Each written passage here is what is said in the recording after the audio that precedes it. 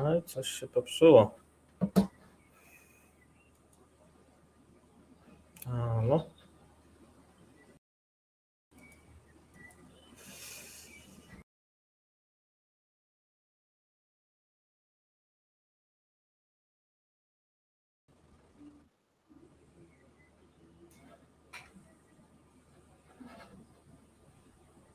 Dzień dobry.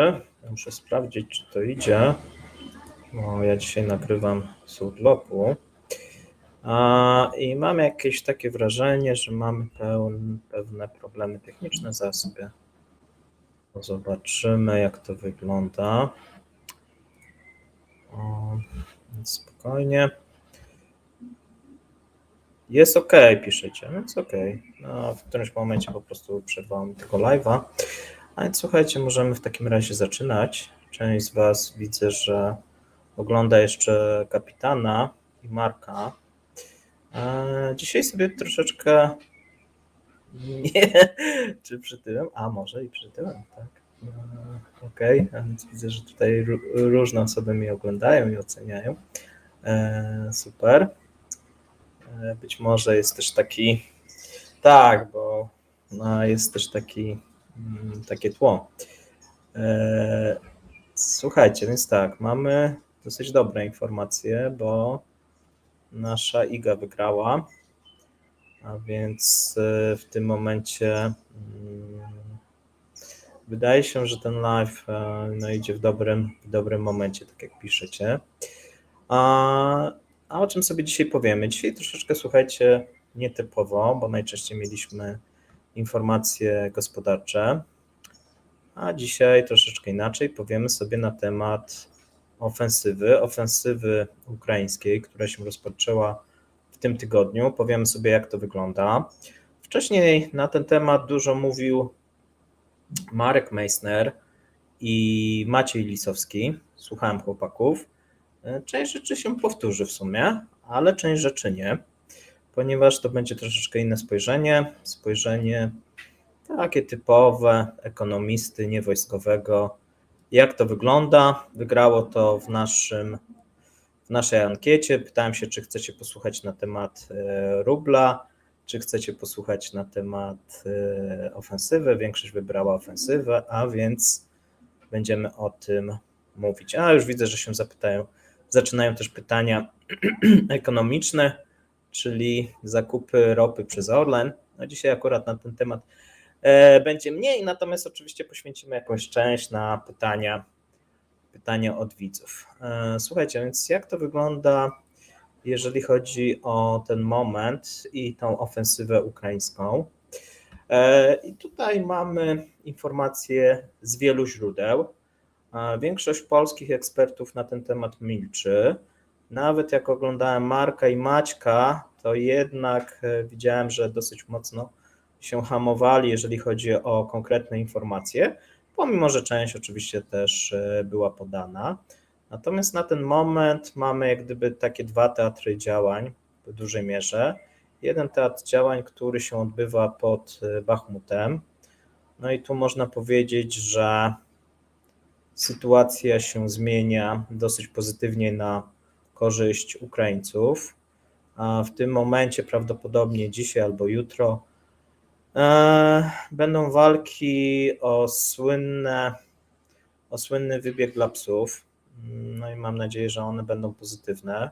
Natomiast to, co jest bardziej istotne, to to, że Ukraińcom udało się zdobyć większość wzgórz wokół Bachmutu. Robią liczne wypady na okoliczne wioski i miejscowości. No i wygląda to tak, że można powiedzieć akurat w tym rejonie, ponieważ Rosjanie nie mogą liczyć tutaj na jakieś większe i silniejsze wsparcie, a Rosjanie mogą być w dosyć silnej pułapce, tak? Ponieważ te miejsca, które Ukraińcy zdobyli, to są miejsca o dosyć silnych przewyższeniach. No i wydaje się, że tutaj sytuacja jest bardzo pozytywna.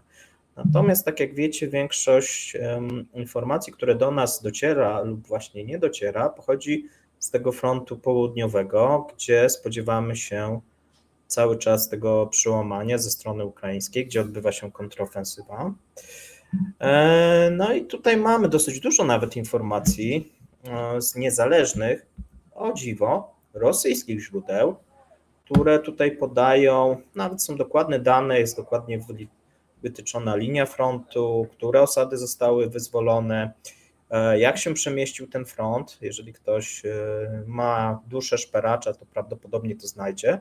Ja nie będę tego podawał, bo wydaje mi się, że to nie jest jak gdyby w tym momencie istotne, a też jak gdyby zarówno Ukraińcy, jak i rząd ukraiński prosił, żeby tutaj tego typu informacji nie umieszczać. Natomiast wszystko wskazuje, że ten front się przesunął. On się przesunął w niektórych miejscach o 17 nawet kilometrów, tak mniej więcej się mówi od 5 do 17.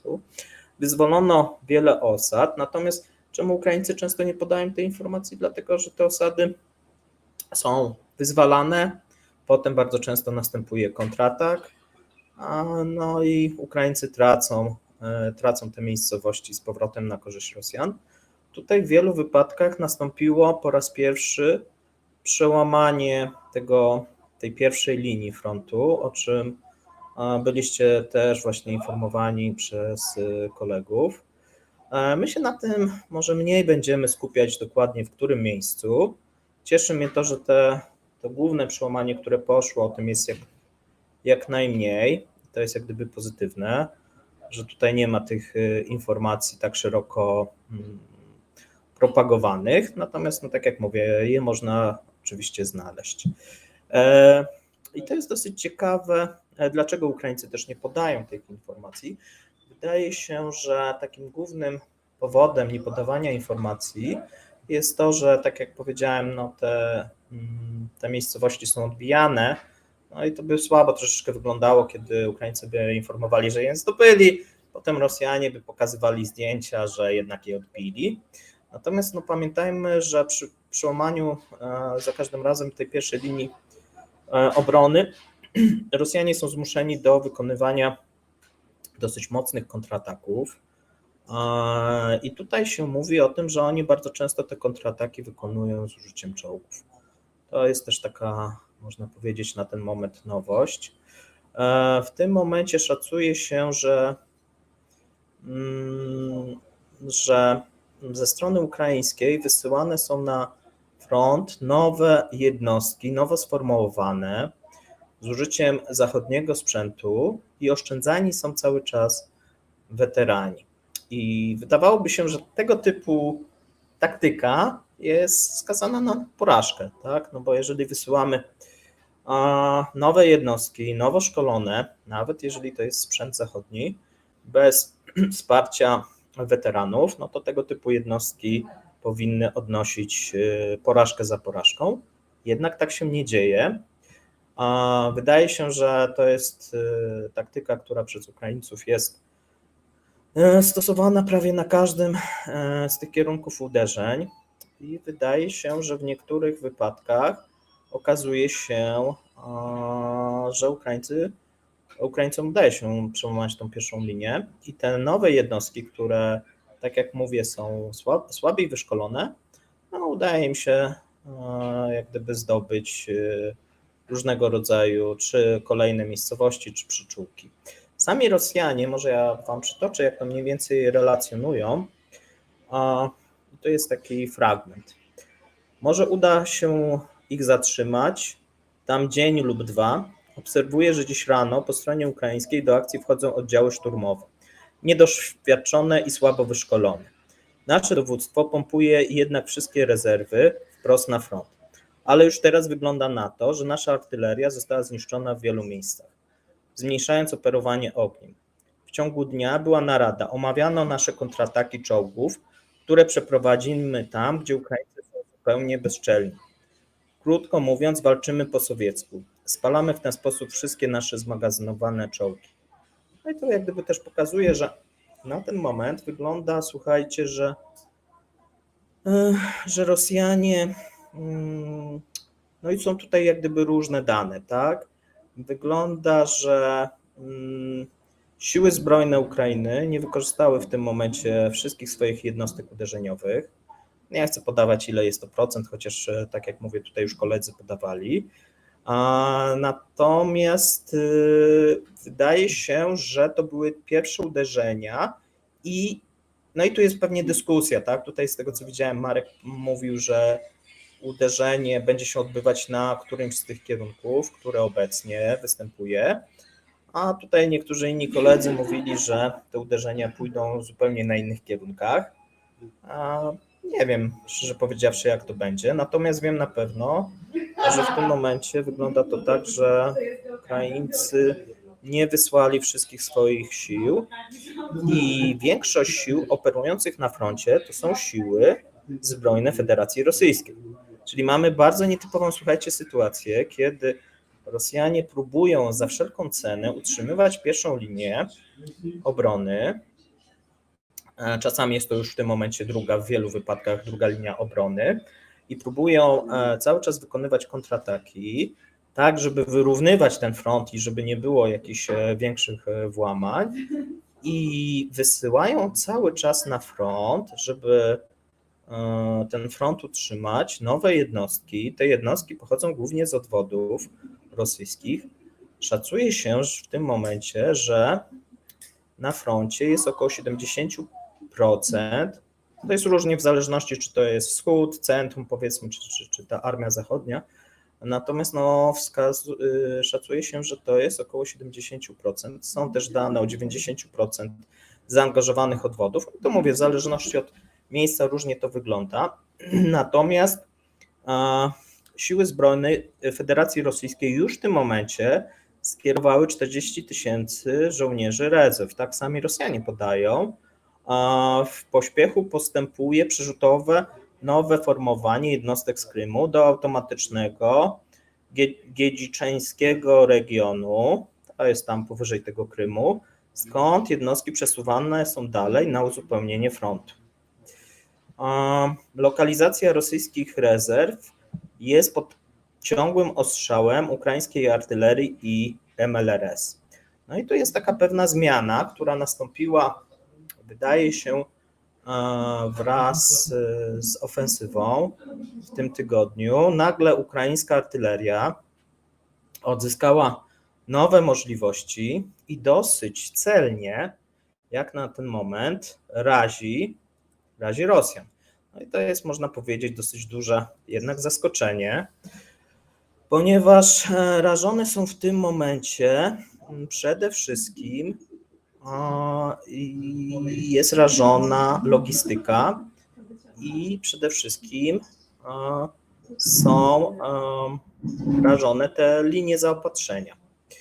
Do tej pory czegoś takiego nie było na taką skalę. Tutaj Rosjanie od zeszłego roku chwalili się dosyć sprawnym WRE, czyli tymi wojskami walki radioelektronicznej. Tutaj one były wspierane głównie przez Orlany.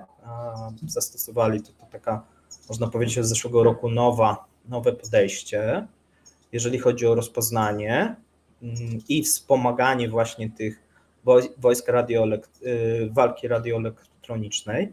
Natomiast obserwujemy nagle od tygodnia, słuchajcie, że ich WRE, można powiedzieć, jest w wielu wypadkach ślepe. I to jest dosyć duża zmiana, bo to jest element, na który sami Rosjanie w tym momencie wskazują. Oni wskazują, że jeżeli chodzi o wojska obrony i walki radioelektronicznej, to jest jedna z takich pięt achillesowych. Tak, to, co w zeszłym roku pod koniec i powiedzmy jeszcze w tym roku wydawało się, że udało się Rosjanom, a oni się chwalili różnego rodzaju i to było powielane, moim zdaniem, wydaje się, że błędnie przez zachodnie media, tak, że Rosjanie tam podsłuchiwali Ukraińców, że bez problemu właśnie rozpoznawali różnego rodzaju jednostki ukraińskie, i że prowadzili właśnie ten dosyć dobry zwiad elektroniczny. Mieli oczywiście pewne sukcesy, natomiast wszystko wskazuje, że nagle te sukcesy zamieniają się w tym momencie w porażkę. No i tu oczywiście możemy sobie spekulować, co jest przyczyną. Za jakiś czas się pewnie dowiemy dokładniej. Tutaj będą eksperci, specjaliści, którzy o tym nam opowiedzą. Natomiast fakty są takie, że w tym momencie ich obrona i walka radioelektroniczna nie działa najlepiej. Co również, na co należy zwrócić uwagę, a jeżeli chodzi o te niezależne rosyjskie źródła, dosyć dużo jest informacji i również są te informacje, które pojawiają się i to ciekawe, zaraz sobie do tego przejdziemy,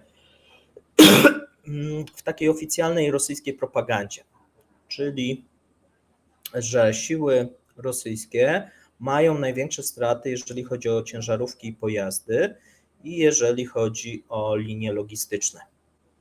Tutaj wydaje się, że to jest taka przemyślana strategia ukraińska, żeby przede wszystkim na tym etapie, w tym momencie nie jest celem do końca zdobywanie terenu, ale raczenie linii logistycznych i to się udaje.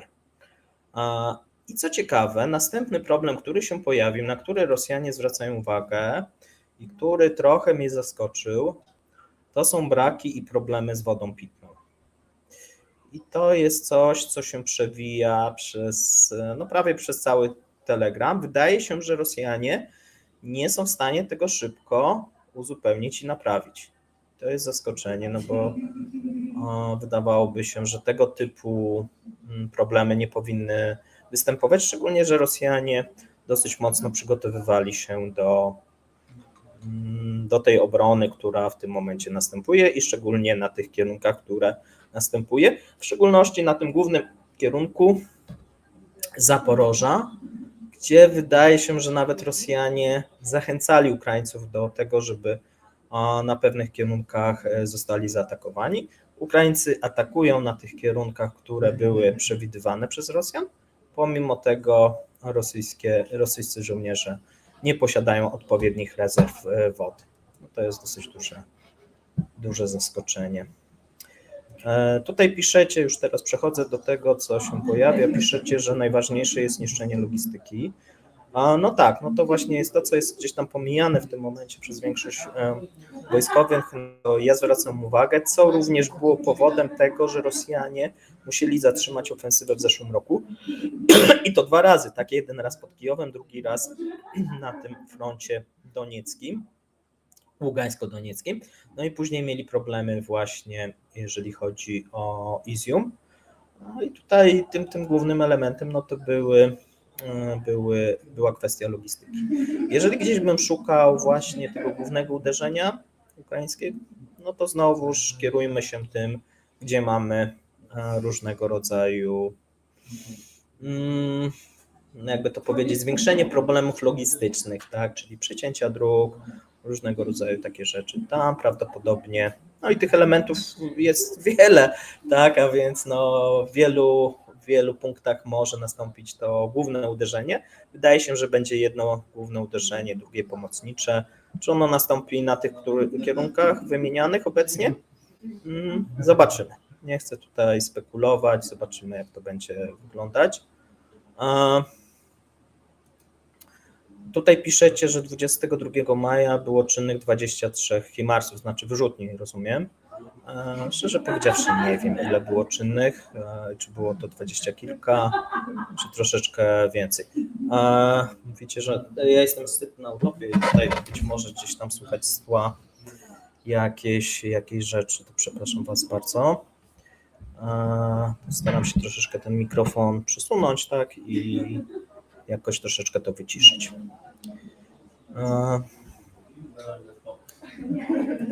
Dobrze, słuchajcie, to jeszcze wracając do tej naszej ofensywy, jak to mniej więcej na ten moment wygląda. Powiedzieliśmy sobie o tym, że są problemy, jeżeli chodzi o logistykę. Dosyć ciekawe są też informacje, które się pojawiają, jeżeli chodzi znowuż o niezależnych takich blogerów i osoby, które częściowo, nie wszyscy, są powiązani też z Ukrainą, ale są też tacy, którzy twierdzą, że są niepowiązani i którzy pracują niezależnie. Oni wskazują na informacje, które pochodzą na przykład z Melitopola, gdzie jeden z urzędników rosyjskich powiedział 8 czerwca, że wszyscy urzędnicy i osoby podróżujące mają na ten moment zezwolenie na ucieczkę. Punktem końcowym dla nich ma być Symferopol i to nie jest jeszcze decyzja ostateczna o ewakuacji, ale jest przygotowany plan do niej.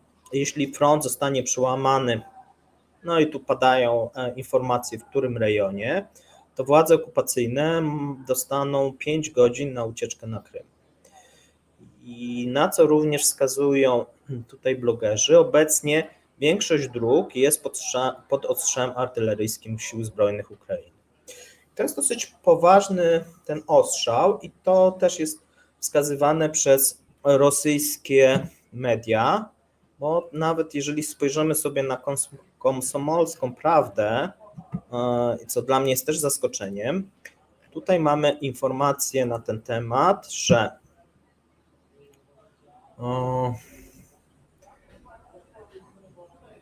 pierwszą rzeczą, które potwierdziły się to, że taktyka Sił Zbrojnych Ukrainy jest prosta. Wycisnąć całą amunicję z obrońców, zakłócić zaopatrzenie i przechowywanie, wejść na nasze pozycje na tej fali i zdobyć przyczółek. Działają w małych grupach, najpierw koszą technikę lądową, następnie piechotą ją oczyszczają. Nasi chłopcy są bohaterami i tak dalej, bitwy są bardzo trudne, zachodnia technologia, jest dużo zagranicznych czołgów, strzelają do nas bardzo celnie, szczególnie w nocy. Dalej co oni piszą, niszczone są duże kolumny zarówno z naszej strony, jak i ze strony Ukraińców. No i tu oczywiście są jakieś takie niepotwierdzone informacje, ile to Rosjanie zdobyli tych i zniszczyli jednostek. Natomiast jeżeli się mówi o intensywności walk, no to wygląda to na takiej zasadzie na ten moment, że cały czas są dosyłane nowe oddziały rosyjskie, natomiast no, Ukraińcy atakują, cofają i głównie tutaj używana jest artyleria, która przez to, że Rosjanie cały czas dosyłają te nowe oddziały, no ma możliwość, jeżeli te oddziały wejdą na jakąś przestrzeń, niszczenia tych oddziałów. Tak. No i tutaj jest na przykład na Komsomolskiej dosyć taka laurka, jeżeli chodzi właśnie o to, jak walczy NATO, tak, i tak dalej. Natomiast wracając do tego naszego podsumowania, jak to w tym momencie wygląda, no to tutaj dosyć dużo było mówione na temat tych linii umocnień, które opisywał kiedyś Strzałkow, tak, natomiast no wszystko wygląda na to, że te umocnienia dobrze wyglądają jedynie na fakturach i na mapach, choć w niektórych miejscach spowalniają częściowo natarcie armii ukraińskiej. Straty, tak jak mówię, są dosyć dotkliwe po obu stronach. W tym momencie no trudno powiedzieć tak, po której są wyższe. Wydaje się, że po stronie rosyjskiej, wbrew temu, że Ukraińcy nacierają, a to wynika z użycia właśnie artylerii. No i tutaj już się pojawiają pierwsze takie wnioski, które można wysunąć i to są, mówię, troszeczkę moje wnioski, one pewnie się będą różnić od tego, co wojskowi będą przekazywać, a więc wydaje się, że Rosjanie przyjęli dosyć taką, w mojej ocenie, niebezpieczną strategię, czyli obrony swoich umocnień za wszelką cenę, wiedząc, że wojska inżynieryjne i firmy, które były w to zaangażowane, nie wykonały zadania. Duże nadzieje obecnie są cały czas pokładane w polach minowych, natomiast no, te pola unieruchamiają pojazdy pancerne, natomiast pojawiają się już pierwsze ograniczenia, no bo część albo już jest rozminowana tych pól, a przede wszystkim one są zidentyfikowane. No czasami to było tak, że jakiś pojazd pancerny wjechał na to pole i przez to Ukraińcy zidentyfikowali. No ale wydaje się, że powoli działanie tych pól i ich funkcjonalność będzie miała coraz mniejsze znaczenie. Wydaje się, że kwestią czasu jest przełamanie kolejnych linii obrony rosyjskiej. Pytanie jest oczywiście tylko kiedy i gdzie. Najnowsze doniesienia, które tutaj się pojawiają, no nie są dla Rosjan optymistyczne, dlatego że Rosjanie zmuszeni są do kontrataków, żeby, właśnie to jest taka strategia, którą Rosjanie przyjęli, czyli próbujemy łatać wszystkie linie i jak najdłużej każdą z tych linii utrzymywać, czyli nie ma czegoś takiego, że Rosjanie próbują gdzieś w jakiś teren wpuścić tych Ukraińców, jakieś, nie. Wygląda to tak, że każda linia jest próba obrony każdej linii za wszelką cenę. Rosjanie używają tutaj i na to liczyli, na silne wsparcie lotnictwa, natomiast pojawił się problem, bo te ich działania są ograniczone przez ukraińskie OPLOT, czyli obronę przeciwlotniczą. No i tu też mamy jakieś takie pierwsze doniesienia, tak, że ten radar IRIS-T został uszkodzony, co jak gdyby pokazuje, że tej opelotki jest dosyć dużo, jeżeli chodzi o bliskość frontu, no bo tam, gdzie on został porażony, no to prawie, że na samym, no bardzo blisko tego frontu. I teraz to, co wielu ekspertów mówiło, i to się jak gdyby potwierdza, Ukraińcy dysponują bardzo dużymi zapasami, zobaczymy na jak długo, ale na ten moment zapasami amunicji, które właśnie wykorzystują i tutaj Rosjanie mówią, że jeżeli chodzi o ostrzał, to w odróżnieniu od zeszłego roku, czy nawet jeszcze tego roku, no to ten ostrzał ukraiński jest większy niż ten ostrzał rosyjski. A zauważmy, że do tej pory ten ostrzał ukraiński był o wiele celniejszy. No i teraz jest oczywiście pytanie, tutaj być może ktoś się będzie kusił o jakieś dywagacje, ale myślę, że tego nikt nie wie. Cały czas jest dosyłane uzbrojenie i amunicja do tych wojsk. Jeżeli chodzi o jakieś problemy logistyczne, to w przypadku Ukraińców Rosjanie nic takiego nie mówią. I to jest ciekawe, że te ukraińskie linie zaopatrzenia nie są jakoś silnie rażone, w odróżnieniu od tych rosyjskich. No oczywiście ktoś może powiedzieć, może to wynikać z tego, że tutaj mamy, jeżeli spojrzymy sobie na mapę, no to nie ma tej głębi po stronie rosyjskiej, mamy dosyć wąski pas i teraz Ukraińcom jest łatwiej uderzać w te linie zaopatrzenia rosyjskie niż odwrotnie, tak? No to tak można by na to spojrzeć. No niemniej wydawałoby się, że Rosjanie powinni tutaj przygotować się trochę lepiej do obrony i przede wszystkim skoncentrować się na niszczeniu zaopatrzenia ukraińskiego, a to się nie dzieje.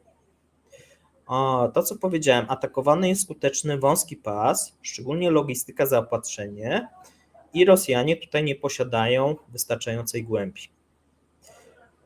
Wbrew rosyjskiej propagandzie, defensywa rosyjska, pomimo tego, że mieli dosyć dużo czasu do przygotowania, jest przygotowana kiepsko.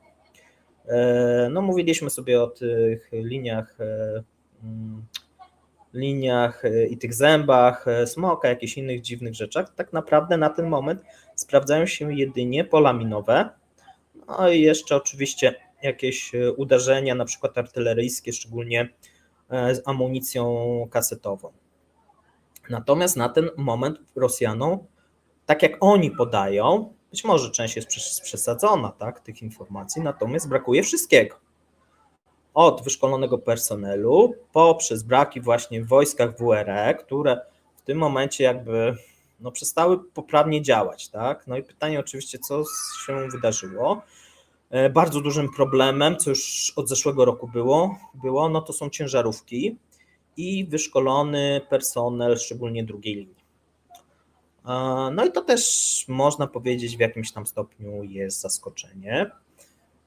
O tym braku wody pitnej już mówiłem. Wydaje się, że to jest po raz kolejny lekceważenie potrzeb własnych żołnierzy.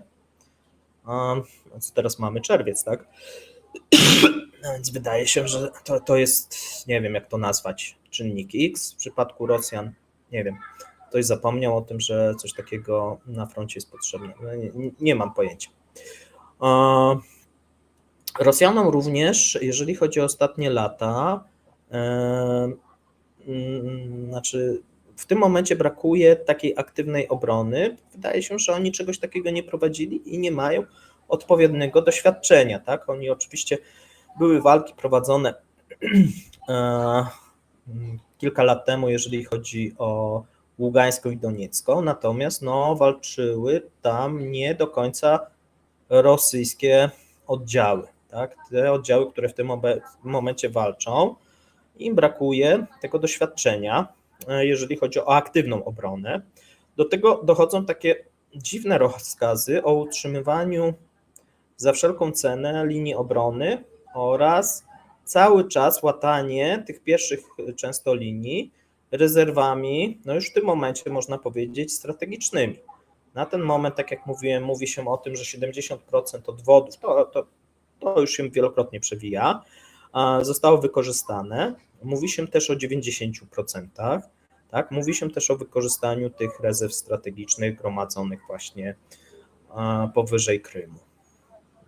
No i oczywiście ktoś tam może powiedzieć, jeszcze oni mają tam nad Rostowem, tak, ale to są jakieś takie młode, niewyszkolone te oddziały, a więc pewnie oni to poślą, natomiast to nie zmieni jak gdyby sytuacji na froncie.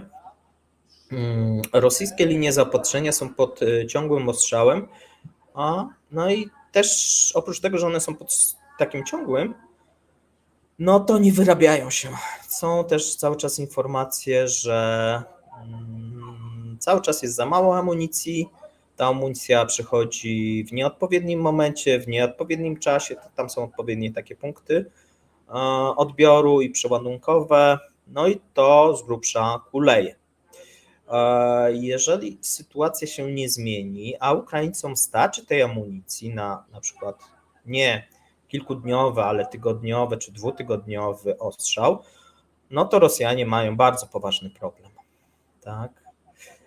Co będziemy widzieć, słuchajcie, w mediach, tak? Bo to większość z Was, do większości z Was dociera, to będziemy widzieć coraz więcej obrazów zniszczonych ukraińskich pojazdów. Dlaczego? Dlatego, że Ukraińcy mało publikują po swojej stronie, nie chcą publikować, żeby nie zdradzać swoich też pozycji, a Rosjanom akurat na tym nie zależy, bo oni się jak gdyby bronią. Tak? Czasami wychodzą to trochę dziwne sytuacje, tak, że widać, że ta właśnie pierwsza linia, czy są zdjęcia z drugiej linii, co jak gdyby troszeczkę kompromituje tych Rosjan. Natomiast cały czas będziemy atakowani coraz większą ilością czy spalonych, czy zniszczonych pojazdów, szczególnie zachodnich, bo tak jak powiedzieliśmy, w tym pierwszym uderzeniu ukraińskim, w tej ofensywie biorą udział w dużej mierze nowo wyszkolone jednostki, natomiast weterani są, zostaną użyci, kiedy przyjdzie na to czas. Więc słuchajcie, mamy taką sytuację, że Rosjanie w tym momencie zaangażowali większość swoich wojsk, jeżeli chodzi o obronę. Dziwna sytuacja, bo mamy, i to jest potwierdzone, że Rosjanie dysponują na froncie większą ilością aktywnych żołnierzy niż strona atakująca, niż Ukraińcy. A Ukraińcy głównie posługują się na ten moment artylerią, i różnego rodzaju wypadami, które mają zmusić Rosjan właśnie do tej aktywnej obrony, i często właśnie do tych kontrataków, które są przeprowadzane, bardzo często za pomocą czołgów. I słuchajcie, tak to mniej więcej wygląda, jeżeli chodzi o ten front.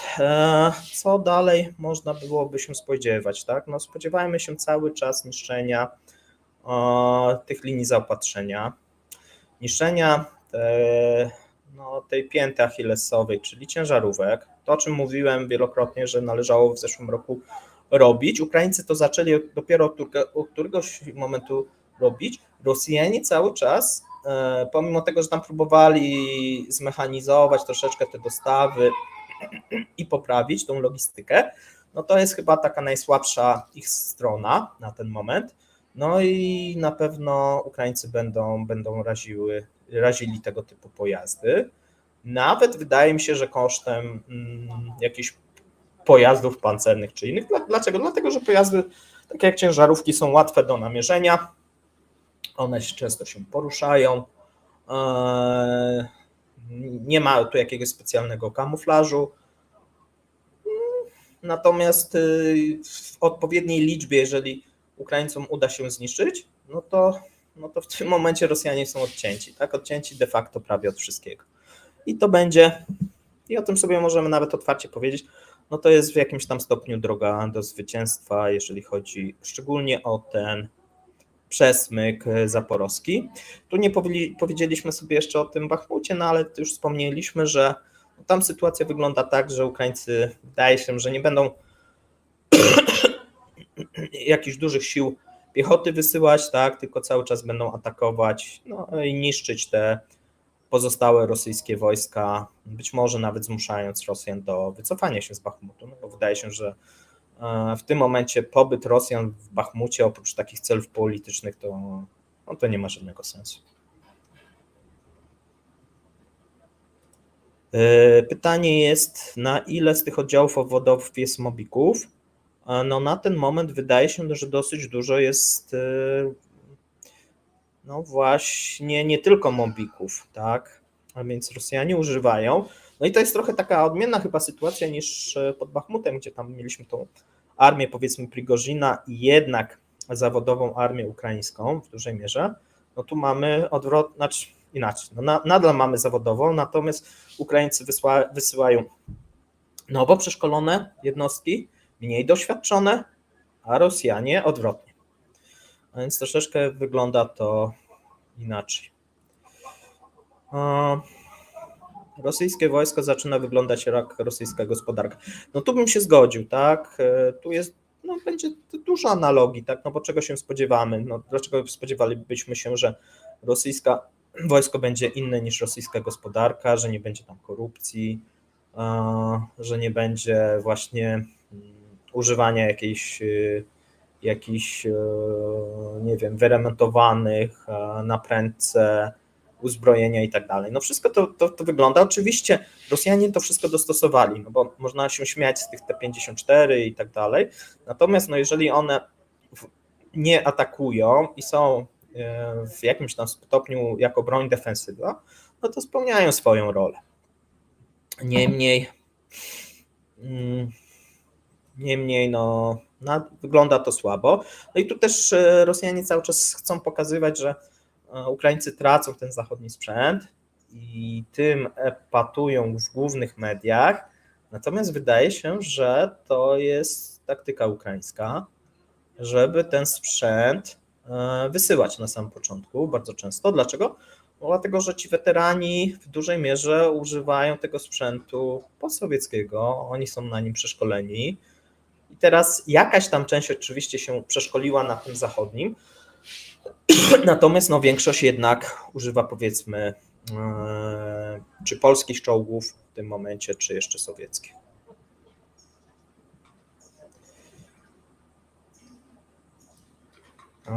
Tutaj widzę, nie wiem, czy ktoś jest, a więc jeżeli jest ktoś z moderatorów, to bym prosił, a jak nie, no to ja zaraz z panem z Petersburga się zajmę.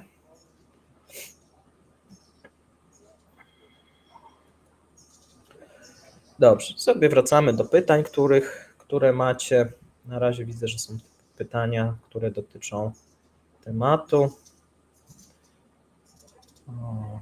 OK.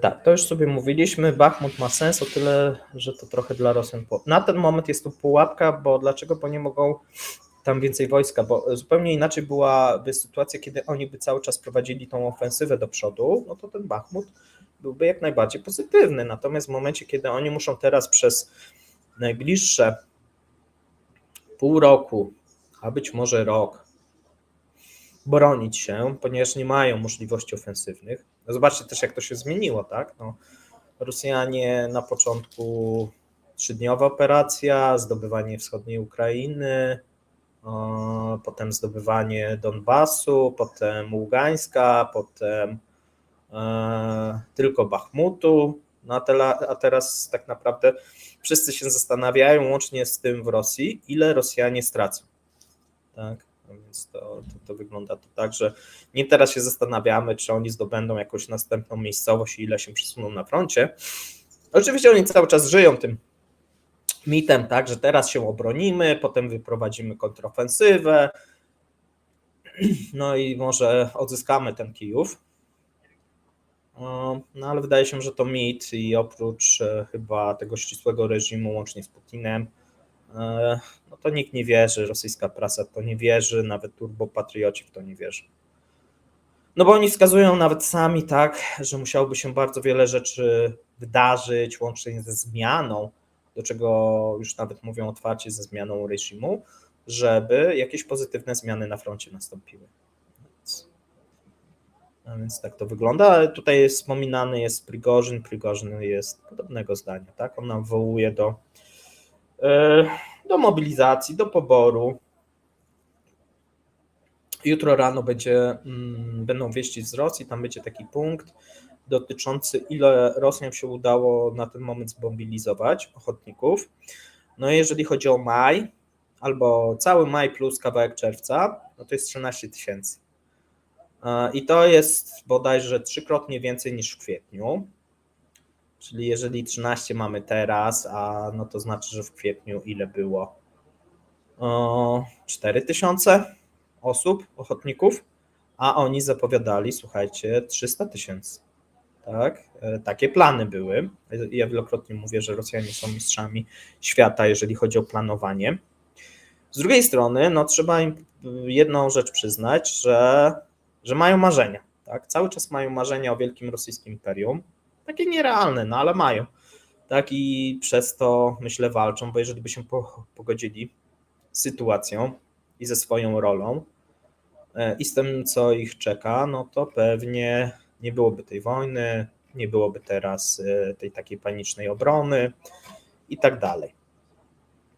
No natomiast te marzenia ich bardzo dużo kosztują i być może te marzenia będą ich kosztowały właśnie utratę imperium, bo o tym wielokrotnie mówiłem, wszystko na to wskazuje. Tutaj wielokrotnie, tak jak tutaj Jacek wspomina, Rosja cofnęła się gospodarczo jakieś 2 dekady. Tych strat gospodarczych, wizerunkowych nie da się odrobić. Zgadzam się, najlepiej co teraz mogłoby się przydarzyć Rosji, no to jest w mojej ocenie, to wielokrotnie mówiłem, jakiś pad na froncie, no i dążenie do rozmów pokojowych i podpisanie jakiegoś rozejmu z Zachodem, ze Stanami, z Ukrainą. Czy to się uda? Nie wiem, dużo zależy od tej ofensywy, ile Ukraińcom uda się odzyskać tego terenu, no bo że im się uda, no to jest moim zdaniem niewątpliwe. Tylko teraz słuchajcie, pytanie jest nie czy im się uda, tylko ile i w którym momencie oni się zatrzymają. No bo jeżeli popatrzymy na perspektywy, no to na ten moment mamy początek ofensywy. Ta ofensywa będzie miała jakieś swoje sukcesy, ale być może też będzie miała jakieś porażki, tak? Czy w którymś momencie Ukraińcy na przykład popełnią błędy. Tudzież Rosjanom się może w którymś momencie coś udać. Tudzież Ukraińcy mają do zdobycia dosyć dużo i odzyskania dosyć dużo terenu, jeżeli by chcieli na przykład łącznie z Krymem. Co jak gdyby pokazuje, że jak każda ofensywa ma swoje ofiary. No i z każdym tygodniem i miesiącem Ukraińcy będą ponosić te ofiary. Na ten moment oczywiście, tak jak powiedziałem, ze względu na to, że jeszcze nie weszły główne siły ukraińskie, no to te straty ukraińskie są małe. Natomiast trzeba liczyć się, że one się będą zwiększać. Czy bez przewagi w lotnictwie Ukraińcy mogą zdecydowanie atakować? Czy śmigłowami można wykryć? No jeżeli chodzi o, w mojej ocenie, no to znowu trzeba by się odwołać do tych militarnych ekspertów, natomiast w mojej ocenie no to Ukraińcy nie mają przewagi w lotnictwie i nigdy takiej nie mieli. tak, czy mogą zdecydowanie atakować. No oni nadrabiają tym, że oni mają na ten moment dosyć dużo opelotki, łącznie z tym, że tam czytaliśmy ostatnio o jakichś modyfikacjach nawet S-200. I dzięki temu, że ta opelotka jest zbliżona do tego frontu, to trochę mamy sytuację, że Rosjanie nie mają tego lotnictwa, albo inaczej, to lotnictwo jest w jakiejś tam części niwelowane przez Ukraińców, ale Ukraińcy też nie dysponują tutaj, tak. Mają oczywiście problemy. Wcześniej mieli bardzo dużo problemy właśnie z namierzaniem i z działalnością WRE. Teraz wydaje się, że to przezwyciężyli. Pytanie jest, jak to się stało, że nagle Rosjanie zaczynają być głusi? No to jest pytanie już chyba do naszych kolegów z NATO. W jaki sposób im pomogli? No i pytania mamy już takie, widzę, ekonomiczne. Według Pana, kiedy Rosja zostanie całkowicie wyrzucona ze SWIFT? We wrześniu na rynku wewnętrznym sami Rosjanie się wycofują. Wydaje mi się, że jest realne, że jeszcze w tym roku wypadną z tego SWIFT-u. Ten SWIFT przestanie też mieć dla nich jakieś takie większe znaczenie.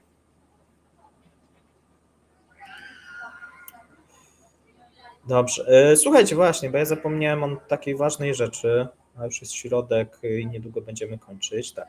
Pierwsza rzecz to jest to, że mamy dzisiaj z nami kolegę, który wygrał konkurs na Twitterze, Szymona. Zobaczymy, czy Szymon jest. Cześć, Szymonie. Cześć, jestem.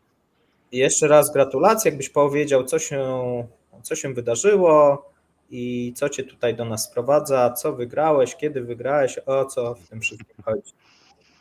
Masz bardzo ładny i to pewnie słuchacze i widzowie docenią, tło, ładniejsze niż moje. Powinienem też sobie takie zrobić. Okej.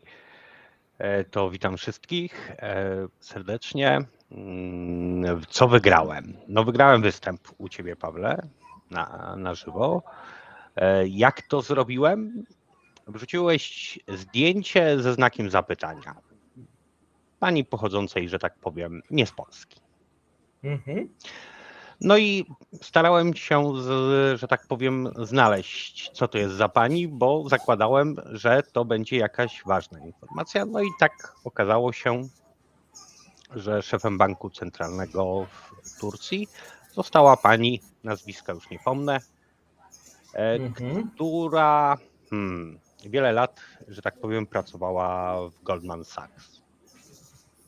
Tak, po raz pierwszy kobieta została szefem, no i to jest jak dla mnie takie zupełne zaskoczenie, szefem tureckiego banku narodowego. No i jak gdyby tutaj pomijam ten wygląd tej pani, natomiast ja bym bardziej się skoncentrował na jej wykształceniu i na doświadczeniu. Wiele osób wskazywało tak na tutaj różnego rodzaju takie zarzuty, że ona wcześniej doprowadziła amerykański bank do jakiegoś upadku. No to akurat nie jest do końca prawda, bo akurat ta pani, jeżeli chodzi o First Republic, to rok wcześniej się zwolniła i zmieniła tą pracę. No niemniej dosyć znana i uznana osoba. No i jest zaskoczenie, że Erdogan właśnie w tym momencie, ponieważ mógł zrobić wszystko, zastępuje fatalnego prezesa, który zmniejszył stopy procentowe, przypomnijmy, z 18 na 9%. To był jakiś jedyny przypadek chyba w historii, który ja pamiętam, żeby przy tak wysokiej inflacji ktoś próbował zmniejszać stopy procentowo. Oczywiście efekt był wiadomy, natomiast zobaczymy, jak tutaj się uda teraz, bo wydaje się, że to jest dosyć dobry ruch. Nie wiem, jak ty to oceniasz? Nie znam kultury tureckiej, więc nie wiem, jaki wpływ ma albo jaki stosunek mają panowie do kobiet w tamtej kulturze. I czy ona będzie mogła samodzielnie podejmować decyzje i ich wykonanie będzie po prostu wdrażane. To jest dla mnie pewne ryzyko. I druga rzecz, wymiana w Polsce premiera na pana, że tak powiem, z banku czy z korporacji, No nie była, jakby to powiedzieć, pominę pewne przymiotniki, ale nie przyniosła niczego nadzwyczajnego, o tak to powiem delikatnie. I też mnie to po prostu w jakiś tam sposób zastanawia i nie wiem, czy to jest droga do sukcesu. Na pewno prezydent Turcji chce coś pokazać światu i zmienić, ale czy to jest tylko na pokaz i jak będzie w rzeczywistości, no to się przekonamy za jakiś czas. Tak naprawdę pierwszą akcją będzie, czy podwyższą się stopy procentowe w Turcji. Jeżeli się nie podwyższą, no to moim zdaniem jest to, trzeba się dużo narobić, żeby się nic nie zmieniło. No, powiem Ci tak, no zobaczymy, tak, Pani jak gdyby Hafizę, tutaj nie wiem, czy dobrze wymawiam, tak, ja zawsze mam problemy, Pani Hafizę Erkan, wydaje mi się, że no, jest to dosyć dobrym takim tropem, wydaje mi się, że te stopy zostaną, bo właśnie w mojej ocenie to wygląda to tak, że ponieważ Erdogan zdobył w tym momencie mandat i jest tym prezydentem, to zobacz, to jest jak gdyby pierwsza decyzja, czyli on jak gdyby stawia, czyli daje szansę tej gospodarce, żeby coś faktycznie zrobić, no bo powiedzmy te ostatnie decyzje, podobno one były kierowane już przez niego, tak, czyli o tej obniżce tych stóp, ale one były przed wyborami, tak, czyli to był jakiś trochę taki inny element, tu zadecydował, natomiast w przypadku Turcji wydaje się, że jest taka próba powrotu tej gospodarki na taki dosyć liberalny tor, no i próba uzdrowienia, tak, tej sytuacji, która obecnie jest. Dlaczego? No dlatego, że to jest moim zdaniem początek, tak? On sobie może z jego punktu widzenia może zaryzykować pewną i reformę, i pewien taki eksperyment, tak? Szczególnie, że tutaj pokazuje, zobaczcie, kobieta, wiadomo o jakich poglądach, wiadomo co będzie robić, no i daje jej tutaj wolną rękę. No i myślę, że tutaj za jakiś czas zobaczymy efekt. Natomiast Szymonie, mam pytanie, czy masz jeszcze jakieś pytanie do mnie odnośnie tego, co mówiliśmy, bo mamy następnego gościa na żywo. To może ja go pokażę. Cześć wszystkim. O, Dzień dobry. witam i pozdrawiam. Witam. Z kolegą Szymonem nie miałem okazji się poznać, miło mi. Poznaliśmy się kiedyś na czacie u ciebie. No na czacie, ale nie osobiście nie widziałem jeszcze, więc wszystko Oczywiście. jasne. To jest nasz bardzo widz, gość. Miło. A ty, i tak cię podziwiam, że w czasie swojego urlopu, Pawle, masz czas na udzielanie się. Młody pewnie jest wkurzony, co? Nie, wiesz co, młody, bo ja teraz z balkonu nadaję, tutaj właśnie słychać jakieś z basenu i ze spa jakieś odgłosy, więc dlatego ten. Ale Szymonie, tak, bo byśmy się przełączyli, podziękowali tobie, natomiast Jasne. może masz jeszcze pytanie, więc jest jeszcze szansa zadać do mnie czy do Maćka. Nie mam pytania. Chciałem wam, panowie, podziękować za stworzenie, jakby to powiedzieć, przekazu informacji niezależnego od telewizji. Jest to dla mnie coś, co się tworzy równolegle. Ludzie tego potrzebują. Nikt nie ma ochoty, że tak, może nie nikt. Wiele osób w Polsce wybiera właśnie takie kanały jak wasze. Nie ma ochoty słuchać, jakby to powiedzieć, napierdzielanki Tutsi z Hutu. Dokładnie. Ciekawe, czy kiedyś takie kanały jak wasze osiągną, że tak powiem, oglądalność większą niż prime time. Czego wam życzę? Ja myślę, że to jest ślicznie. ambitny challenge, nie? Tak, przyjmujemy, jak najbardziej. Tylko Dzięki Szymonie, trzymaj się. Pozdrawiam, życzę. Dobrego wieczoru Pozdrawiamy. i nocy, trzymaj się. No i co? Słuchałeś to, co mówiłem wcześniej? Nie Dzisiaj mogłem. taki niebezpieczny temat wziąłem. Przez moment słyszałem, że mówiłeś między innymi o MLRS-ach, o obezwładnianiu logistyki, tym podobne, ale potem musiałem wyjść, dopiero teraz wróciłem, więc jestem jak czysta tablica. To czekaj, to ja ci, wiesz co? Coś czytałeś chyba też. Może, tak, wiesz co, bo już mam pewne informacje. No tak, bo mówiłem, słuchaj, że no tutaj sytuacja, bo tutaj mieliśmy dzisiaj taką dosyć długą chyba, na czym mówię długą, no taką dyskusję, no bo sytuacja wygląda tak, ja też słuchałem tego, co mówiłeś, no i może sobie podyskutujmy. na ten temat, bo ja tutaj postawiłem dosyć dużo takich wniosków, być może z częścią się zgodzić, z częścią nie. To może ci je wyślę, sobie je w międzyczasie przeczytasz, a część jak gdyby z nich sobie na żywo też omówimy. Może tak być? Nie ma problemu. Nie ma problemu. Widzicie, jest pełny spontan, tak, nic nie było Ustawione. Ustawione, tak, można powiedzieć, tak. Słuchaj, to są takie wnioski, ich jest pewnie więcej. No tak, a więc pierwszą rzeczą, którą tutaj mówiłem, no to są te umocnienia, no bo wydaje się, że tak naprawdę tylko pola minowe działają, ale już przestają powoli działać. Tak, kończy się zasób pól minowych zdecydowanie. Dobra, czyli trafiłem, dobra, ekspert potwierdza. Drugą rzeczą, no to jest oczywiście dyskusyjne, mówiłem, że przełamanie linii następuje, nie mówiłem gdzie, natomiast moim zdaniem jest kwestią czasu, kiedy nastąpi zupełnie. Powiedzmy, ja się może trochę odniosę do geografii. W tym momencie na długim froncie Ukraińcy naciskają w wielu miejscach, sprawdzając jak ta linia wygląda i wygląda na to, że w co najmniej 2 miejscach na liniach styczności pomiędzy większymi związkami operacyjnymi udało się uzyskać coś, co wygląda jak przesłanka, delikatnie nazwę, to przesłanka do jakiegoś tam powodzenia. Zniszczenie linii w pasie przesłaniania na tym odcinku fakt, obezwładnienie lub też już przerwanie pierwszej linii w co najmniej jednym miejscu też fakt.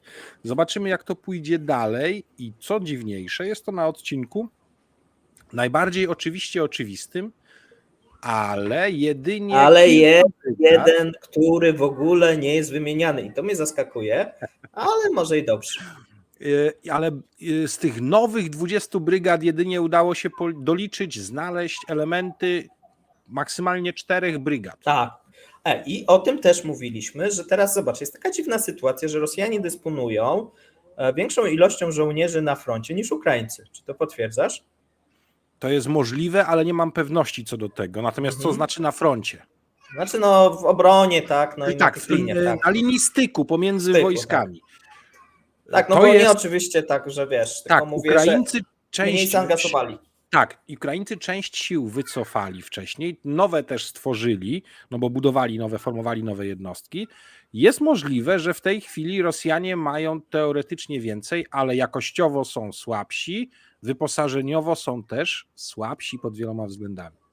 Tak, i to jest zaskoczenie, o czym też mówiłem, że zobacz, oni się przygotowywali do tej defensywy, no zobacz, pół roku, no to trzeba powiedzieć, że na pewno tak, no bo albo mieli przynajmniej czas. Te ostatnie mieli czas, no nie było tak, że nagle, wiesz, atakowali, tu nagły był zwrot i nie? Oni przecież przez teraz chyba 2 miesiące czekali, no tej zimy, no to ile? No pół roku to minimum, nawet jeżeli byśmy policzyli, że ta rosyjska nieudana ofensywa, która nie wiadomo czy była w lutym, czy w marcu, tu możemy się spierać, no ale od tego czasu, no mamy teraz już czerwiec, nie? Więc prawie pół roku. Tak naprawdę działali kwestiami masowymi, ilościowymi i tak jakby zastygli w tych pozycjach, w tych ilościach masowych i nie przełożyło się to w żadnym wypadku na wzrost jakości, a tym bardziej, pamiętasz, był kiedyś taki filmik pokazany dziesiątki jednostek wyremontowanego lub nowego sprzętu, czołgi i tak dalej, łącznie z T-90, gdzie one są? Gdzie to trafiło, bo tego trochę nie widać w tej trochę właśnie widać, bo oni teraz, tak jak ja przynajmniej tam widziałem, próbują odzyskiwać te linie tam, gdzie stracili, kontratakami właśnie czołgów. I tam idą. No ale to nie akurat te nowe, idą te starocie. Nie idą, te starocie są z tyłu trzymane. No, to zależy gdzie, to akurat takiego filmu nie widziałem, więc możliwe, że podrzucisz mi, to się przyjrzę. Dobra. Ale w każdym bądź razie idą, znaczy tak przynajmniej nawet, wiesz co, nawet w tych mediach informują. Ale poczekaj, zaskoczę cię teraz, bo tego nie podawaliście z Markiem i tego chyba nigdzie nie znalazłem do tej pory, czyli braki wody pitnej. Braki wody pitnej w Krzywym Rogu i Dnipro już były mówione, bo to jest... Nie. To jest raz, ale może tak, po stronie ukraińskiej. tym momencie takie Nie, coś. mówię, nie. Na Krymie? Nie. Na pierwszej linii i w okopach. Nie, o tym nie mówiliśmy. Natomiast na odcinku chersońskim, gdzie jest powódź, jest to jak najbardziej okej, bo zawsze w czasie powodzi najbardziej brakuje wody pitnej.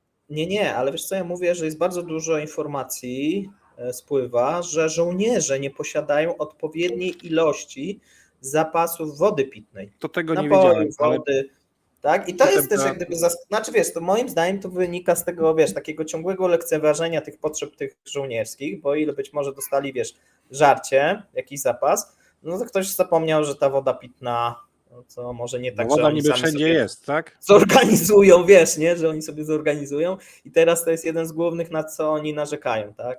A wraz ze wzrostem A nie mogą temperatur... zmienić, tak, a nie mogą zmienić, wiesz, a nie ma nowych dostaw, a nie mogą, powiedzmy sobie, zrobić jakiegoś wypadu czy czegoś, no bo muszą bronić pozycji, nie? Więc to na pewno ich złapie. Naszych powstańców warszawskich też ta sprawa łapała w czasie walk w sierpniu, tak? Więc tutaj, jeżeli nie będą w stanie bez ognia artylerii ukraińskiej uciec do tyłu po tego typu zaopatrzenie, po wodę, no to słabo ich widzę i biorąc pod uwagę to, jak to morale w jednostkach mobików wygląda, no to będzie łatwiej atakować Ukraińcom. Tak. No i tutaj też mówiłem, słuchaj, o tym, że o działaniach artylerii, bo wydaje się, że Ukraińcy zachomunikowali dosyć duże ilości. Tak, Znaczy duże. Rosjanie- Zobaczymy za jakiś czas, nie? Rosjanie Ale są używają w szoku. dużo. Nie? Przebija Że się używają informacja, że więcej. szok. Tak.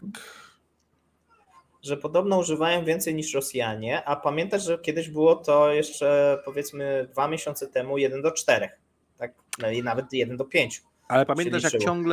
ciągle mówiłem u siebie, czy też wspólnie wspominałem, że wygląda na to, że od dłuższego czasu Ukraińcy chomikowali tą amunicję. Tak. Tak, mówiłeś ty, Martinka mówił o tym, no i tu się te wasze przepowiednie się moim zdaniem spełniają teraz idealnie, no bo używają teraz w dosyć dużej ilości i co ciekawe, co oni rażą, bo oni nie do końca rażą, pewnie, znaczy tak, artylerię taką przeciwnika też, natomiast w dużej mierze są rażone ciężarówki. Tak, cały czas logistyka jest przede wszystkim celem. Tak jakby wierzyli w to, że żołnierze ukraińscy z tym, co jest okopane w polu, to sobie prędzej poradzą.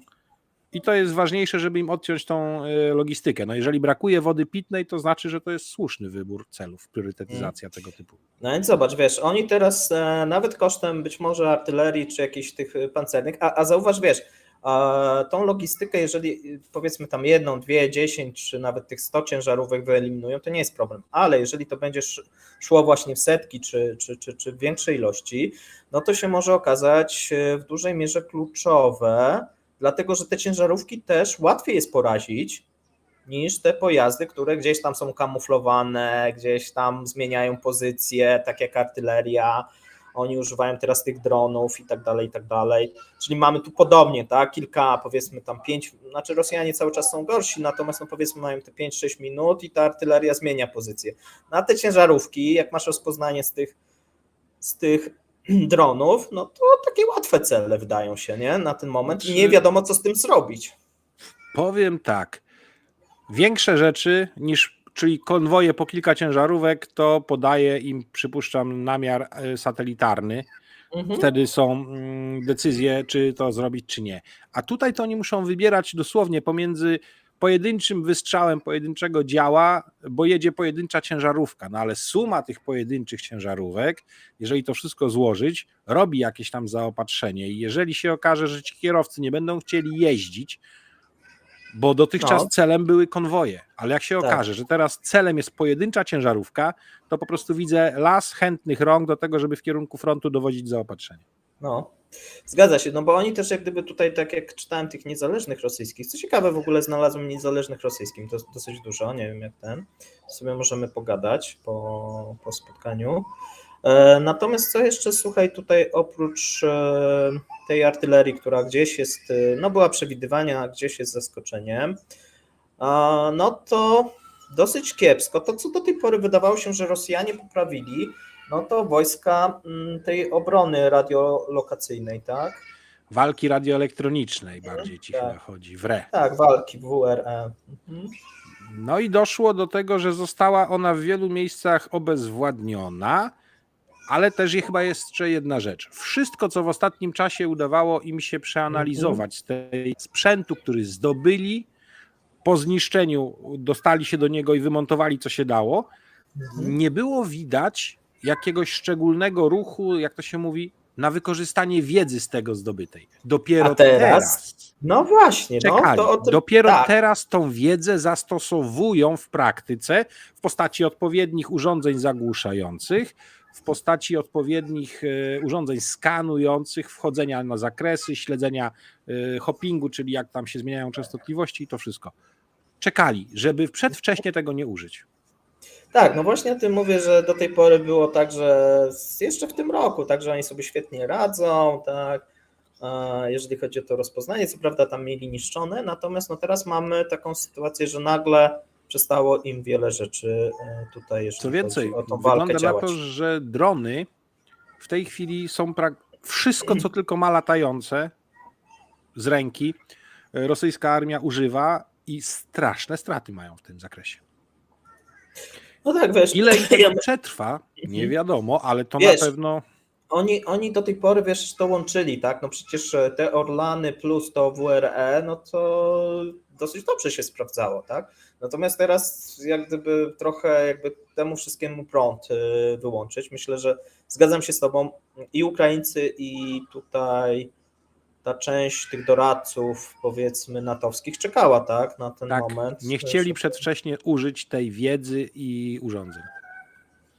No widzisz, włączyłeś się i od razu 1000 pękło, tak? Ale słuchaj, kończąc u siebie, gdzie miałem prawie 3000 na premierze, poprosiłem od razu, żeby przechodzili tutaj, więc u ciebie też od razu był skok konkretny. Wielu lojalnie przeskoczyło od razu do ciebie, cieszyli się, że mają taki fajny ciąg już od 17 w dniu wolnym. Tak, tu piszecie, że Lancety robią roboty. Tak, na ten moment Lancety jeszcze robią robotę. Przy czym są już Lancety też udoskonalone troszeczkę, czyli powiedzmy Lancet 2 i ta firma, która je produkuje, Zara, no radzi sobie jak na rosyjskie warunki elastycznie z potrzebami, jakie są do nich przerzucane z jednostek. No to taki mały żarcik od widza, że Dobry jak żart. Rosjanie nie mają wody w okopach, to niech piją cydr. Ten o tym cydr. będziemy mówić, o panie cydrze mówić, bo to chyba teraz 500 000 ten wpis zebrał. O tym będziemy mówili we wtorek z Mateuszem. Bo nie wiem, czy to czytałeś, pewnie czytałeś, że 30 osób zmarło, 70 w ciężkim stanie, bo ukradziono z policyjnego depozytu, tak? no i potem ukradziono tak z policyjnego Znowu. depozytu 810 litrów. No i teraz jest oczywiście brak dowodu, to jest jedna sprawa, tak? Druga sprawa, że władze poważnie boją się, czy ten alkohol ponownie zostanie wprowadzony w obieg. No, takie cuda, powiem szczerze, żeby z depozytu alkohol ktoś ukradł. Ja słyszałem o narkotykach, że kradli, wiesz, z depozytów. No, ale żeby alkohol ktoś ukradł, to pierwszy chyba przypadek. Wiesz co, ale to jest Rosja. Skoro biorą tam krokodyla, od którego gnije ci własne mięso, które na kościach nosisz, to dlaczego mieliby nie pić skażonego alkoholu? Tak, no okradli policję, słuchajcie, no generał poleciał za to. Myślałem, były takie żądania, żeby nawet minister za to poleciał. Jakby nie otworzyć prawie w każdej gazecie, na Telegramie to chyba był taki numer 1, tak? To chyba przez ostatnie, nie wiem, tam 2-3 dni. I ogólnie ten pan Cydr po operacji wojskowo-wojennej, która się odbywa, no to jest powiedzmy numer 2. Powiem szczerze, czekam, kiedy oskarżą, że to Polska taki alkohol skażony tam wpuściła w jakiś sposób. Nie, no wiesz, już są wiesz, oskarżenia, że to Ukraińcy, no ale, że tak powiem, jakoś rosyjscy czytelnicy Telegrama nie dają temu wiary, tak? Twierdzą, że to niestety są że to są Rosjanie. Ichniejsze sprawki. Tak. No, a więc słuchajcie, wygląda na to, że część odrobiłem pracy domowej, jeżeli chodzi o ukraińską ofensywę. No skoro tutaj taki ekspert jak Maciek się zgadza z... A dziękuję ci za wspomnienie. Dziękuję ci za wspomnienie w Polsacie mojej skromnej osoby. No wiesz, ja powiem szczerze, że jestem pod wrażeniem i twojej wiedzy, no i tutaj pułkownika, tak, no bo to, co on zrobił, no to chapeau, tak, a jeżeli No, chodzi o jego analizę. spieszyliśmy się, żeby zdążyć to przed jego urlopem i przed spodziewaną ofensywą, co do której obaj się z Maćkiem zgadzamy, No. co do tego, że jej punkt kulminacyjny jeszcze jest przed nami. A to wszyscy właśnie, albo teraz to takie ciekawe, to sobie możemy poddywagować. Czy uważasz, że tak jak Marek, że on nastąpi na któryś już z rozpoczętych kierunków, czy na zupełnie nowy? No To i tak nie ma znaczenia, tak? Marek powiedział tak, że będą reagować elastycznie. Ja mówię, że naleciałości rosyjskie w sztabowej pracy na pewno są i mają kierunek, który jest dla nich faworytem i tam by najbardziej chcieli, ale nie są tak ograniczeni jak Rosjanie, żeby robili to za wszelką cenę i jak znajdą lepszą lukę, skorzystają z niej. Tak, znaczy może trochę się tak, wiesz, właśnie nietypowo potoczyć, bo może się okazać, ja nawet, wiesz, zastanawiałem się, czy przypadkiem nie będzie jednak dwóch kierunków, taki, wiesz, jeden, który a drugi uda się, dobrze, nie uda się, no to powiem ci tak, damy, że to nie jest kierunek. Że z tych 16 ciężkich brygad, które im jeszcze zostały nieruszone, 6 zostawią sobie na wszelki wypadek, gdyby Rosjanie coś dużego wyprowadzili, czy to z kierunku Białgorodu, czy też nawet gdyby im w dobrym miejscu z ruskiego punktu widzenia weszła ta pierwsza armia pancerna gwardii do działania. I 6 zostawią sobie w odwodzie. Natomiast 10 plus te do 8 brygad lekkich trzymają na to, żeby uderzyć i to wystarczy im tylko na jedno dobre, ale odpowiednio szerokie miejsce lub dwa wąskie, niezbyt od siebie oddalone, żeby te kleszcze się odpowiednio miały szansę zamknąć. Tak, tutaj jest taka informacja, że ten spiryt, znaczy nie wiem, czy Marek pijesz do tego, że ten pan Cyt, o tym będziemy mówić, tam był glikol etylowy, ale też metanol. No i ten glikol etylowy, no nie przypadkiem się nie znalazł. Wiemy, do czego on służy. Glikol etylenowy jest czynnikiem do przenoszenia temperatury, chłodzenia i tak dalej, w zależności. Tam borygo takie tam, co ktoś pan pamiętał, tak, a więc ktoś tutaj chciał zarobić. Natomiast no, on jest toksyczny, tak? No i tutaj w tym momencie mamy 31 osób. Sprawa jest, no nie jest taka trochę tragiczna, bo 31 osób zmarło, 70 jest w stanie ciężkim w szpitalach, tak? Z tych, co zostały, bo jeszcze było więcej, ale ich wypuścili. Tak, więc no, wygląda to słabo, tak? Jeżeli chodzi o pan Cydr, no zobaczymy, tak? Ale też się tak dziwię, bo cydr to jest według smakoszy pewna alternatywa dla piwa, prawda? Ale to nie, wiesz co, bo to było piwo o smaku cydru. A, piwo o smaku cydru, wzmacniane dla crieposti spirytusem. Takie piwo, nie, wiesz co, takie piwo smakowe, coś takiego. To się nazywał pan Cydr, nie? No ale wiesz, ponieważ ten glikol etylowy jest bezwonny, bezbarwny, chyba też bezsmakowy. Chyba nawet etylenowy. Glikol etylowy czy etylenowy? Okej, dobra.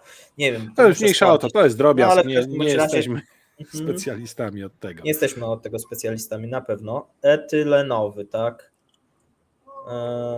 No właśnie, coś tu piszecie, że tak, on w jakiejś tam części jest używany, tak, ale tak jak mówię, no to chyba za dużo go użyli. Dosładzano wino w Austrii glikolem? No ładnie. Nie wiem, muszę sprawdzić, tak. A te 800 litrów to w kieszeniach na pewno nie wynieśli. No nie, to takie beczki ja tam pokazywałem, jak to mniej więcej wyglądało, tak, słuchajcie, no tych beczek trochę było. A więc, no i nie, no dla mnie jest to niesamowite, tak, że wiesz, mieli to w depozycie, w sumie to było chronione, ktoś wszedł, przekupił tego sierżanta, czy ktoś tam, nie wiem. Potem strażników na różnych wartach i tak dalej. Niesamowite, słuchajcie. Niesamowite. A to Rosja właśnie. Niesamowite. A to Rosja. No dobrze, słuchajcie, powoli będziemy, kończyć, mamy godzinę, a za moment... Tak, a za moment mamy Ligę Mistrzów. Bo tak to normalnie było 20:30, nie? No i wszystko jasne. Dzisiaj Iga zrobiła robotę piękną. No zrobiła. Teraz będzie Liga Mistrzów. Jaki piękny się z tego robi dzień? Wieczór już. No, Już wieczór.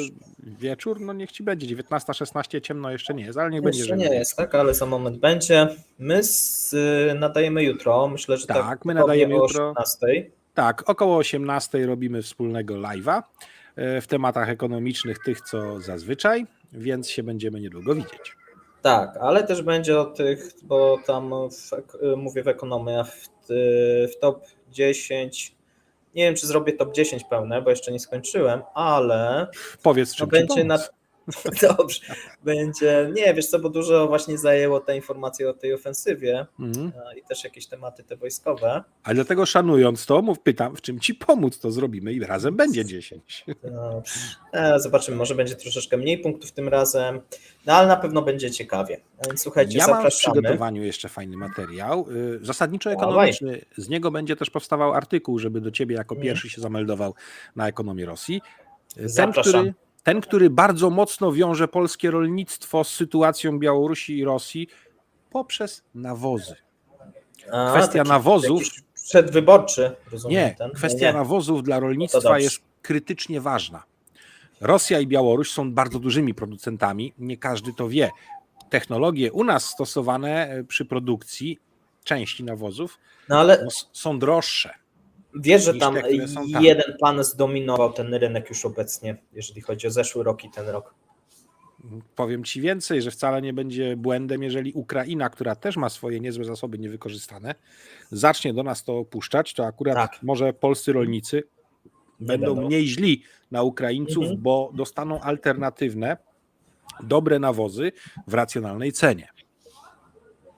Więc jest szansa, żeby się rolnicy ukraińscy troszeczkę zrehabilitowali w oczach naszych rolników, nie przeszkadzając w dostawach czy to mocznika, czy tym podobnych nawozów właśnie z Ukrainy. No tak. No dobra, słuchajcie, to co? Słyszymy się jutro. Ja zapomniałem znowu dzisiaj zachęcić do lajkowania, wspierania. Chyba jestem w tym słaby, muszę. Pozwolisz, że ja ci to zrobię. Dobrze, Szanowni Państwo, jeśli się podobało, to zachęcam do lajkowania, komentowania, udostępniania tego materiału, subskrybowania kanału Kremlinka Show, czytania ekonomii Rosji, dawajcie rady z reklamami, a wszystko to w imieniu i na rzecz tu obecnego Pawła Jerzewskiego. Dziękuję, Maćku. Wszystko. Ja ze swojej strony dziękuję Wam, że chcieliście spędzić sobotni wieczór ze mną. No i w takim razie do usłyszenia, do zobaczenia jutro. Do usłyszenia, Trzymajcie się. Do zobaczenia. Cześć. Cześć.